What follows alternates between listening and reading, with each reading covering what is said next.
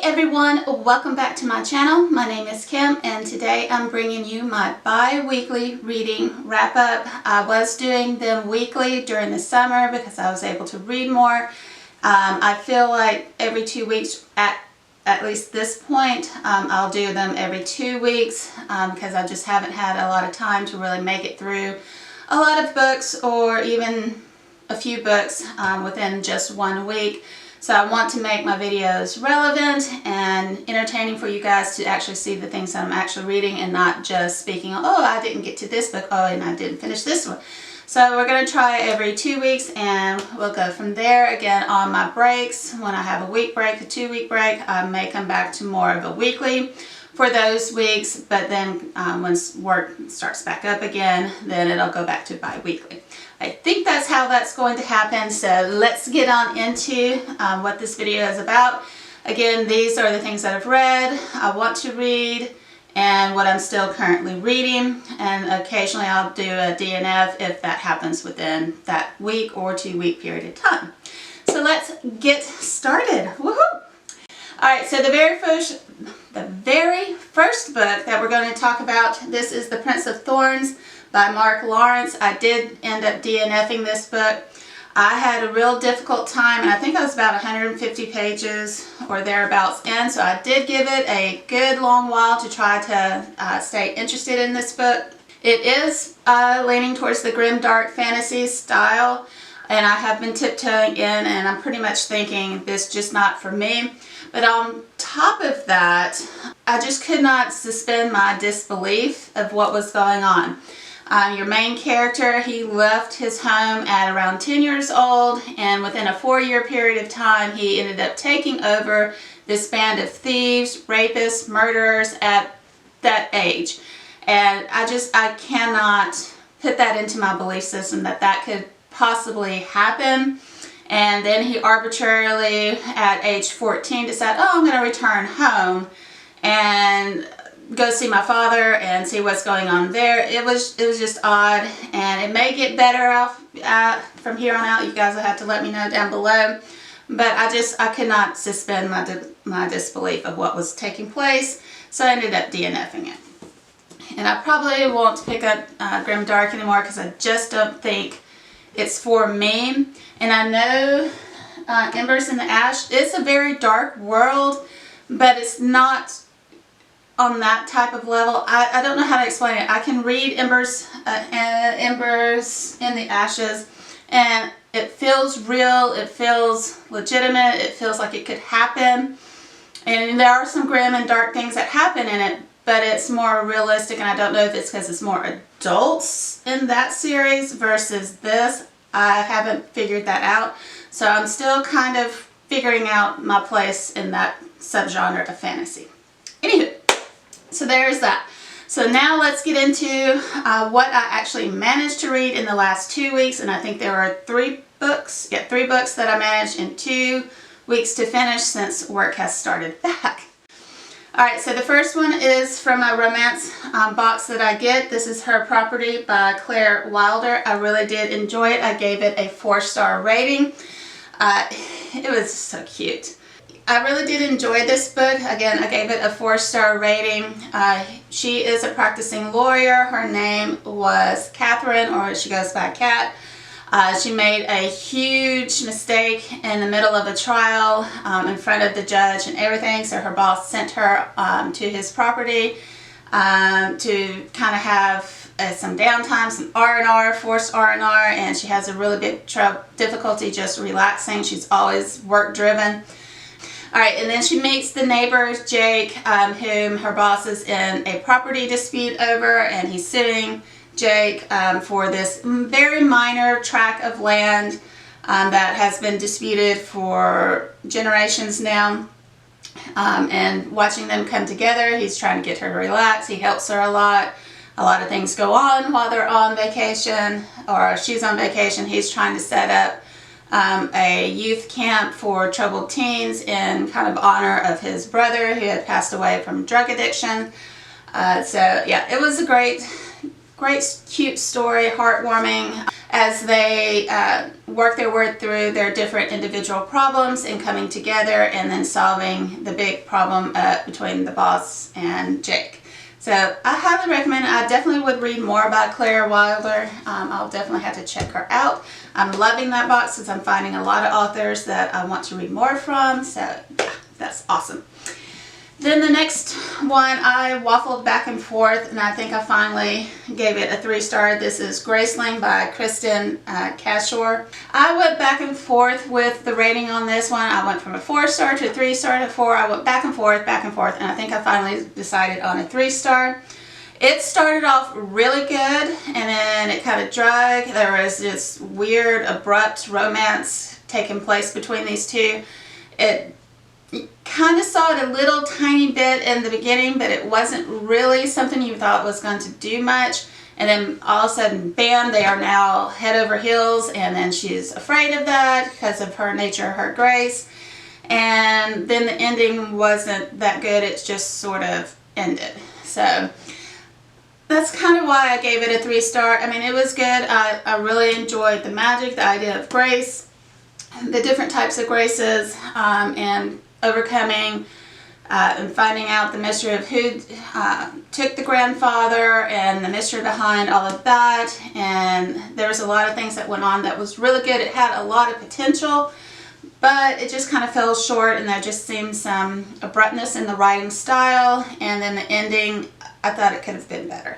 So that is my thoughts on the Graceling. I do have, I think, the second one downloaded. I think I have it on Kindle Unlimited. I think that might be where that was, or I purchased the second one. I don't remember. But I do have it on my Kindle, and I noticed that these aren't following the same characters throughout, so I don't know if you technically have to read these in order. I'll tell you that as I read more. I mean, I liked it enough that I want to continue this series, and we'll see if the next book is better than the first one. So we will have to wait and see on that. So that is coming up in future as I get through some of my other books that I've already purchased and I need to read before I go on into these others.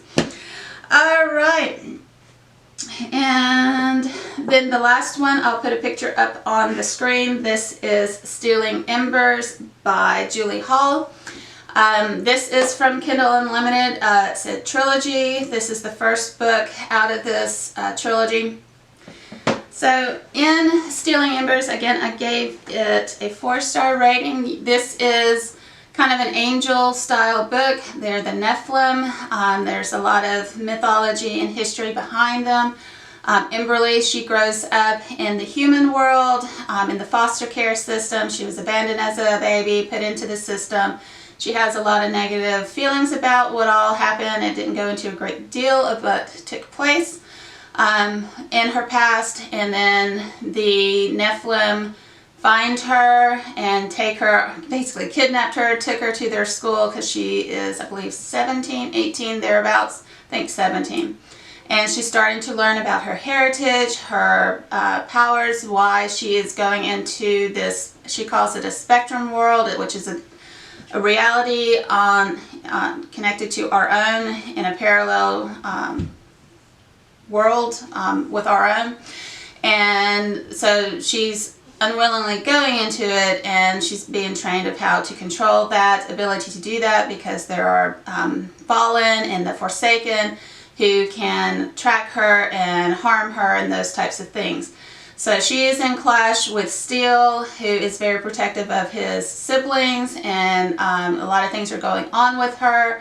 Why are the Forsaken and the Fallen attracted to her, following her, trying to kidnap her, and it's putting a lot of people at risk. So there's a lot of tension between these two. It is a YA story.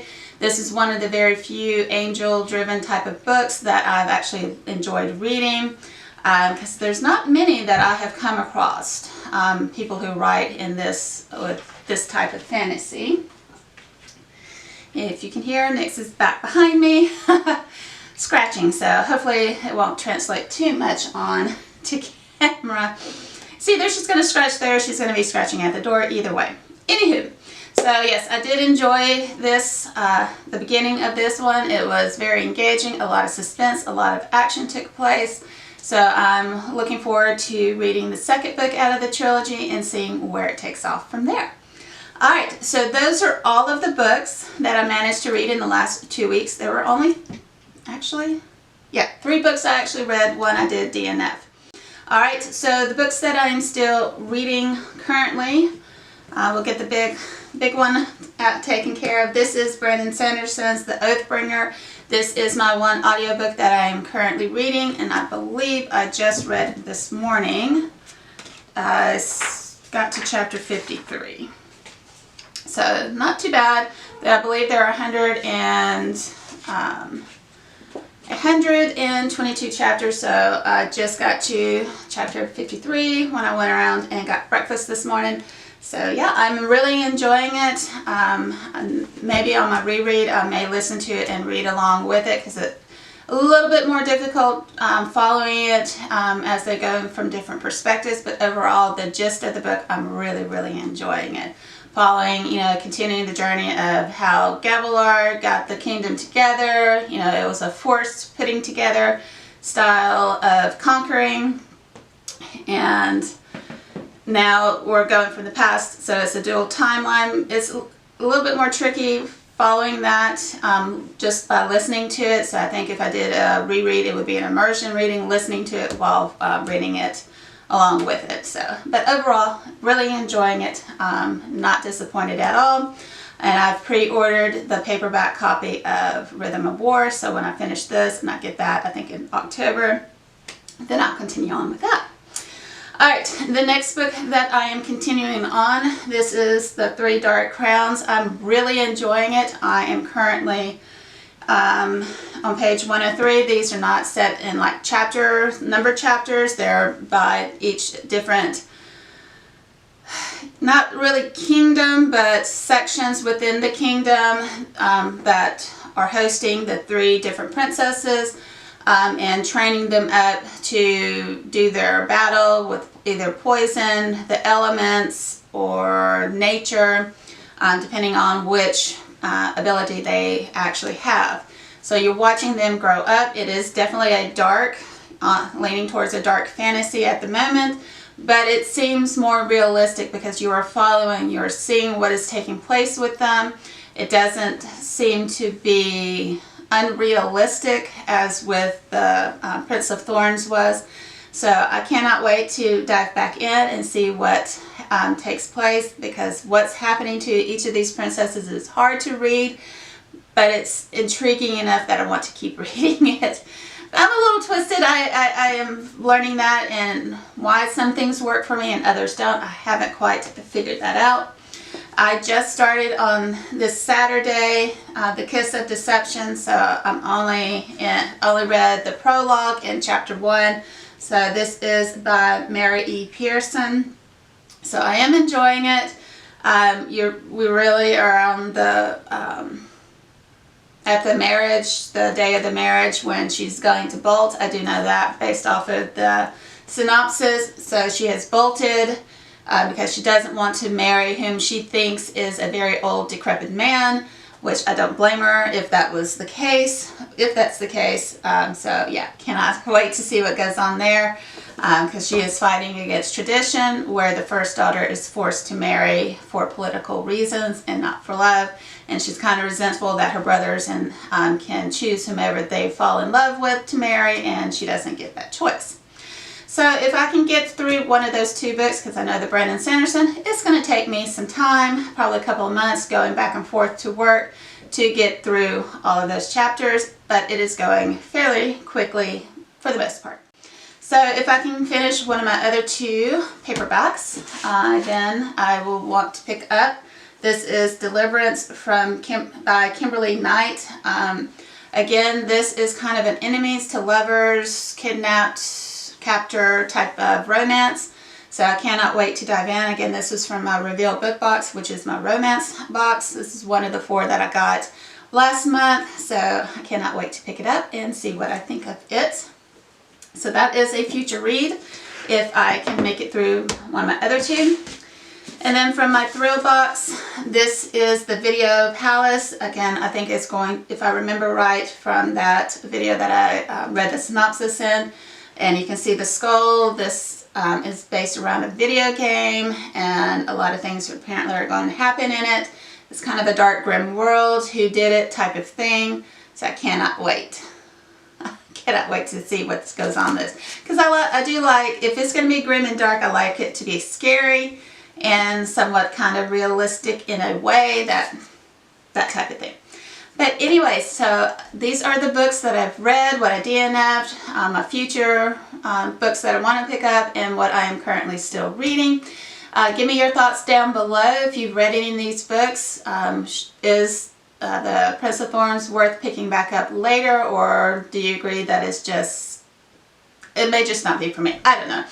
But have you read any of the other books, any of these other series? I would love to know your thoughts down below. And until my next video, I hope you have a great one. Bye, guys.